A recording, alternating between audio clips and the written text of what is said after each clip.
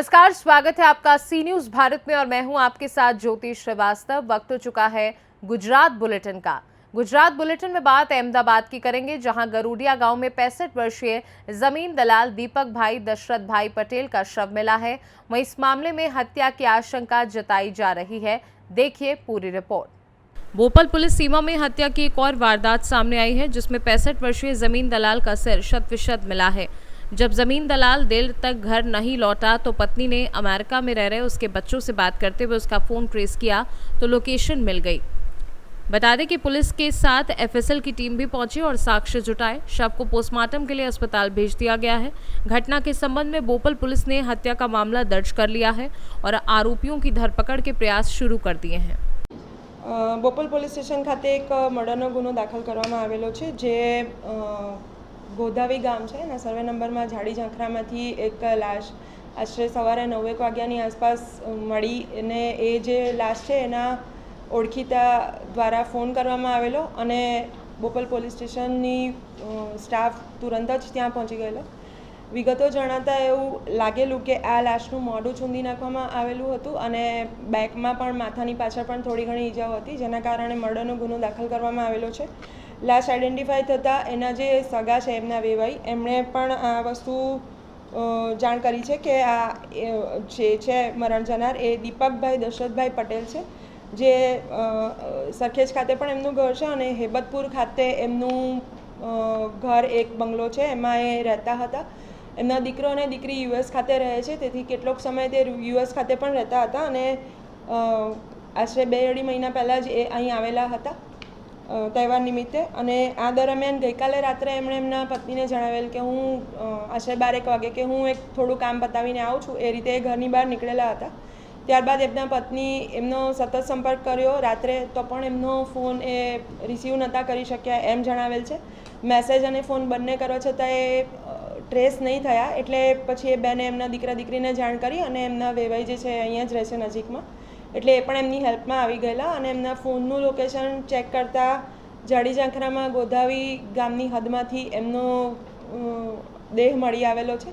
આ બાબતે પોલીસની હાલ એસઓજી, એલસીબી તથા લોકલ પોલીસ સ્ટેશનની સર્વેલન્સની ટીમ लागेली છે અને ટૂંક જ સમયમાં અમે એમના ટેકનિકલ ડેટા અને અન્ય વિગતો પણ ચકાસી લઈશું અને ઝડપથી આ બાબતે ડિટેક્શન અમદાવાદ ગ્રામ્ય પોલીસ કરી લેશે। સર, એને મૃતક છે શું કામ ધંધો કરી રહ્યા છે અને કોની સાથે ખરીદી રહ્યા? હાલ ઉંમરવાળા છે, થોડી રિટાયર્ડ ટાઈપની લાઈફ હતી એમની, પરંતુ નાના મોટા જમીનના જે સોદા હોય કે લેવેચની કામગીરી હોય તેમાં તેઓ રસ રાખતા હતા, એટલે જમીનની લેવેચની નાની મોટી કામગીરી એ કરતા હતા, પરંતુ મોટાભાગે દીકરા દીકરી પાસે તેઓ યુએસ રહેતા હતા। એમની ગાડીની કોઈ ભાડ મળી છે કે તેની વિગતો હાલ ચકાસવાની ચાલુ છે અને અમારી તમામ ટીમ લાગેલી છે। જે પણ ગાડીનો નંબર છે, આ ઉપરાંત એમણે કોની સાથે મોબાઈલથી વાત કરેલી છે, એમના સીડીઆર્સ, એમના રાતના લોકેશન્સ, એમની કોઈ ઇન્ટરનેટ યુઝેજ વગેરે માહિતીના આધારે ડિટેક્શનની પ્રક્રિયા હાલ ચાલુ है। अहमदाबाद से सी न्यूज संवाददाता यज्ञेश गोस्वामी की रिपोर्ट।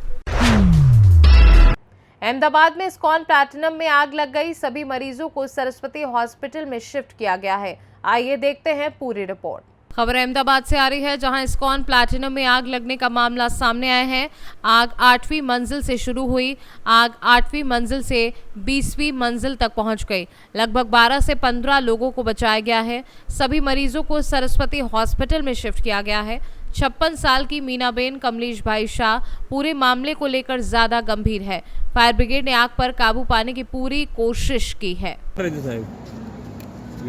नहीं रुको ये तकलीफ पड़ती थोड़ा ऊपर रखो बस केजो रोलो बोलो थी आ संदेश नीचे रखो बूम संदेश नीचे थोड़ो साहेब શું આપનું નામ છે અને આ બનાવ અંગેની માહિતી આપો જરા। SB Jadeja divisional fire officer Ahmedabad fire brigade. આજરોજ ઇસ્કોન પ્લેટિનમ બોપલ સર્કલ પાસે અમદાવાદ ફાયર બ્રિગેડના મેઇન ફાયર કંટ્રોલને કોલ મળતા અમારી નજીકની ફાયર સ્ટેશનની Bopal, Prahladnagar, Bodakdev chief fire officer, additional chief fire officer, divisional fire ઓફિસરની ટીમ, first responder team fire fighting કરેલ છે। 8મા માળેથી ફાયર સ્ટાર્ટ થવાનું જાણવા મળેલ છે। 8મા માળેથી 20મા માળ સુધી ફાયરનો સ્મોક અને ફ્લેમ ગયેલ હતી, તે અંડર કંટ્રોલ છે। ઓલમોસ્ટ ઘણા લોકોનું ઇવેક્યુએશન સેફલી કરાવેલ છે, રેસ્ક્યુ ઓપરેશન કરેલ છે। આશરે 8 થી 9 લોકોને હોસ્પિટલાઇઝ પણ કરવામાં આવેલા છે અને આગળની કાર્યવાહી 108 દ્વારા મેડિકલ ઓપરેશન કરવામાં આવેલ છે અને ઓલમોસ્ટ અત્યારે ફાયર અંડર કંટ્રોલ છે। Thank you. ધનુષભાઈ શું ઘટના બની હતી અને क्या घटना बनी थी और कैसा माहौल था जब आपको जब फायर हुआ तब? पहले तो धुआं आने लगा, हम लोग 19th फ्लोर पे थे, 6 से आग लगनी शुरू हुई तो पूरा धुआं 1 मिनट में गेट खुला तो पूरा धुआं अंदर आ गया।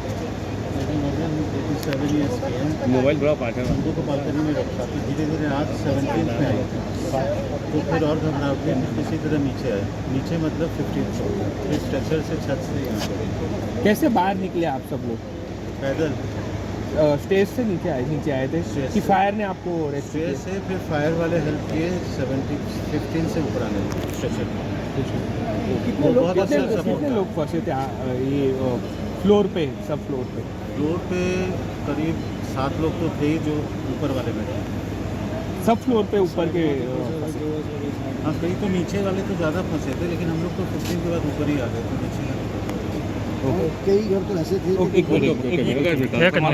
अहमदाबाद से सी न्यूज संवाददाता यज्ञेश गोस्वामी की रिपोर्ट। दाहोद के धानपुर तहसील में भगवान बिरसा मुंडा की 150वीं जयंती के अवसर पर आदिवासी अधिकारों के बारे में जानकारी दी गई। देखिए पूरी रिपोर्ट। गुजरात के दाहोद जिले के धानपुर तहसील में भगवान बिरसा मुंडा की 150वीं जयंती के अवसर पर आदिवासी का अधिकारों के बारे में जानकारी दी गई और ऐसा भी किया गया है कि भारत देश के मूल निवासी हैं आदिवासी एवं भारी सभा में चर्चा की गई थी और भगवान बिरसा मुंडा की 150वीं जयंती पर बड़े ही धूमधाम से सभी ग्रामीणों ने जयंती को मनाया। दाहोद से सी न्यूज संवाददाता सरदार एन संगोड़ की रिपोर्ट। फिलहाल के लिए गुजरात बुलेटिन में बस इतना ही। देश दुनिया की बाकी खबरों को जानने के लिए आप देखते रहिए सी न्यूज भारत।